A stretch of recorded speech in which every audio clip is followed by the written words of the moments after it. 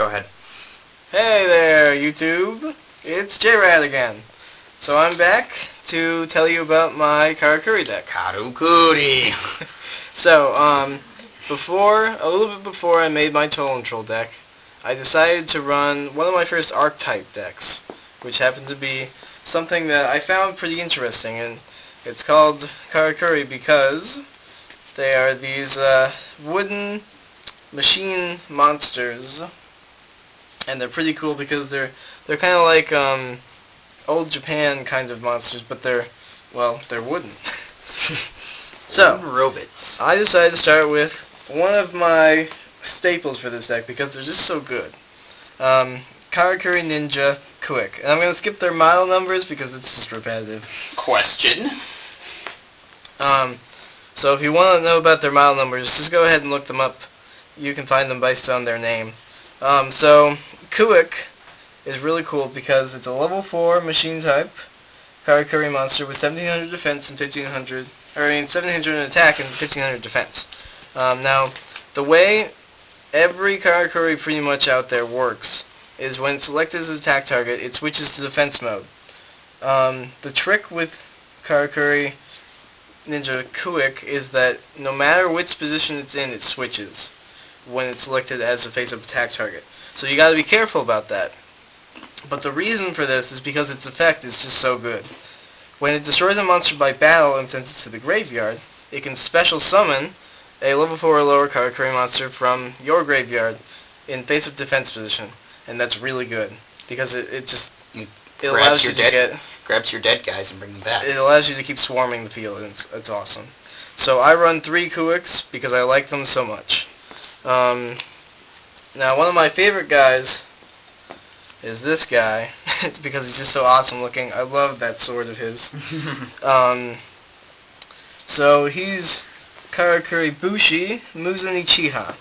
Muzunichiha is also level 4. He's got 1800 attack and 600 defense.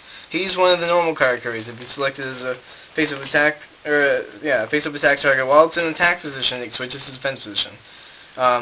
With Muzunichiha, he's pretty cool because if a Karakuri monster other than it is destroyed on the field, so that means even your opponent's Karakuris, it gains 400 attack, which is cool. He can be pretty powerful when used right. Now this guy's pretty powerful simply because he helps you swarm the field. He's a staple, so I run 3 of him. Karakuri Soldier Nisamu. Nisamu's got 1400 attack and 200 defense. And like all Karakuris, he switches his defense mode when he's attacked. The thing with him is that when he's destroyed by battle and sent to the graveyard, you get to special summon a level 4 or lower Karakuri monster from your deck, which is really nice, because that lets you just keep them coming. So I run 3, of course. Summon Kuik when it dies, and then attack with Kuik. Bring yes, back Nisamu. I actually do that a lot. Yes, exactly what J-Watt said. Is I special summon when he's destroyed. I special summon a Kuik, and then I attack with Kuik and special summon a Nisamu back from the graveyard, and then just repeat the cycle, and it's awesome. Now with these guys, Karakuri strategist Nishipachi, I run 2 of him because although he's good, his effect isn't as good as some of the other ones for my deck anyway. But he's a really good Karakuri because he's a level 3 tuner, and he's got 500 attack, 1600 defense, and like every Karakuri, he switches his defense when attacked. But when he's normal summoned or special summoned, which is nice because this works with not only Nisamu's effect, but also Kuik's effect, and even the Synchro monster's effects. When he's special summoned, you can select one monster on the field, so that means one of yours, one of your opponents, face down, face up, whatever, and switch its battle position. And this can be very advantageous because Karakuris are all about changing their battle positions. Most of their effects all have to do with changing their battle positions, so Nishipachi can be really good for that. You can select itself with its effect and have it switch, so it's really good. Alright, now here we got Karakuri Ninja Sazank. Sazank's really cool. He's got 1200 attack and 1200 defense.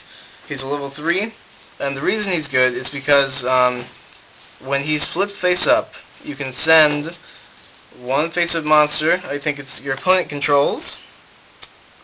No, on the field. Sorry, on the field. And send it to the graveyard.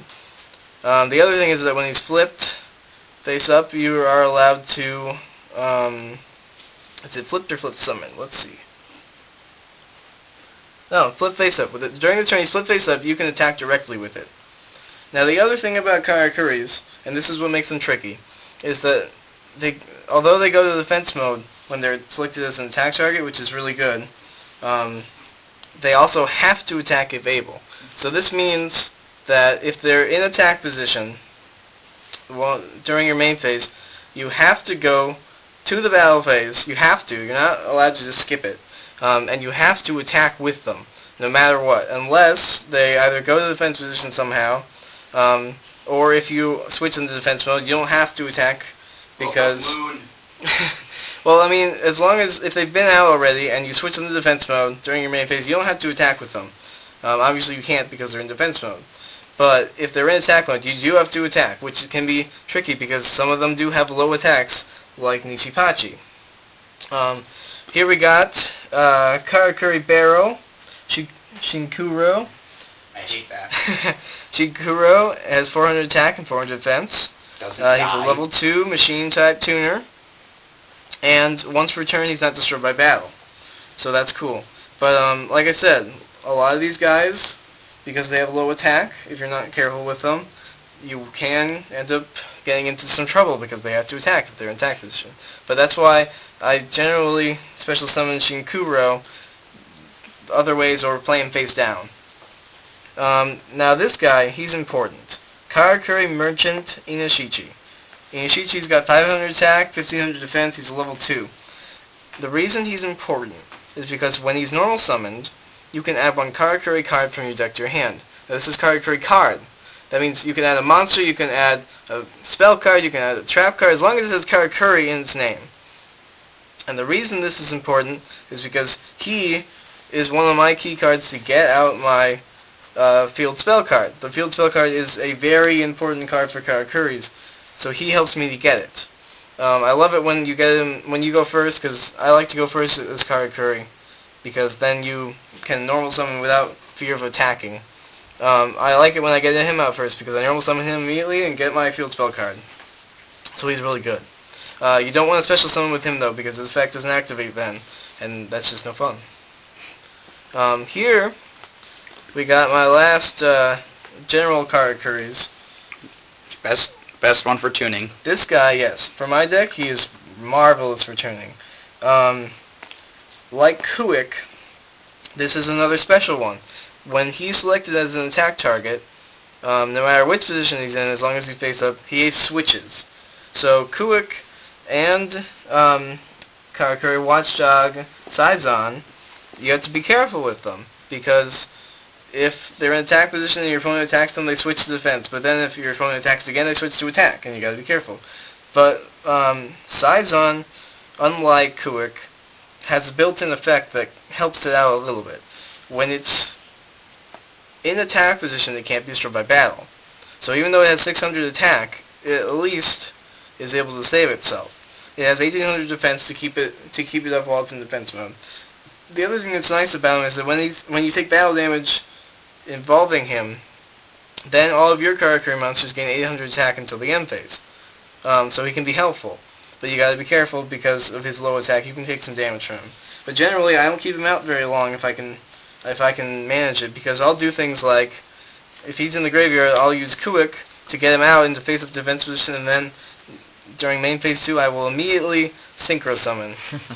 So, my Synchro Summon monster, which is the only one, and I only have it because of J-Watt. Yeah. But he's awesome. Burrito. I've got, yes, who J-Watt calls Burrito, but his real name is Karakuri Steel Shogun Burrito. It's Burrito. You're mispronouncing it. Burrito is a level 8 machine synchro monster. He's got 2800 attack and 1700 defense. Now, unlike all the rest of the Karakuri monsters, who all have to attack if they are able, and all have to switch when they're attacked, The synchro monsters for Karakuris don't have those kinds of effects. They're free of those. They get to do fun stuff. They get to do lots of fun stuff. So when this one's synchro summoned, you get to special summon a Karakuri monster. Read it, monster, from your deck. So because of that, that could be a level 5, and there is a level 5 coming out eventually, so you could get that from your deck. It's pretty amazing. Generally, I like to special summon Kulik because it's just so good. But that makes it so that immediately you now have a companion for him. You now have somebody that can attack or defend or something. The other thing that's cool about him is that once per turn, and I believe that means on your opponent's turn as well,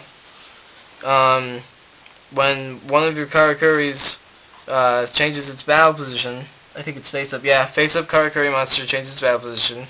You draw 1 card. Now, this is good because you can get card advantage, but it's tricky if you're not careful, because although it's only once per turn, it is mandatory. So as soon as one of your guys switches, which they will, they will a lot. They will a lot. You draw 1 card, but it can be very, very helpful to give you those cards you need in your hand. Now here's a couple of monsters that I have in this deck that have nothing to do with Karakuris, but they are just really good for this kind of deck. I like to run 3 Stronghold Guardians. It's basically defense position honest. Because Stronghold Guardian, yeah, is like a defense position kind of honest. You keep him in your hand. He's got 0 attack, 1500 defense. He's a warrior, so I don't run Solidarity in this deck, because although all of the Karakuris are machine types, I do run Strongholds. Stronghold's just too good not to run. But he's got 4. He's a level 4. He's a warrior. He's got 1500 defense, and what's good about him is that you keep him in your hand, and when one of your monsters is attacked, you can send him to the graveyard from your hand during damage calculation to have that monster gain 1500 defense. Now this takes most of the monsters in this deck. All the Karakuris generally have pretty high defense. Most of them have somewhere between like 1,000 and, or like most of them have somewhere between 600 and like 1,500 defense. Some of them are a little bit lower, but generally you're basically getting up most of your Karakuris to like 3,000 defense or somewhere close to it.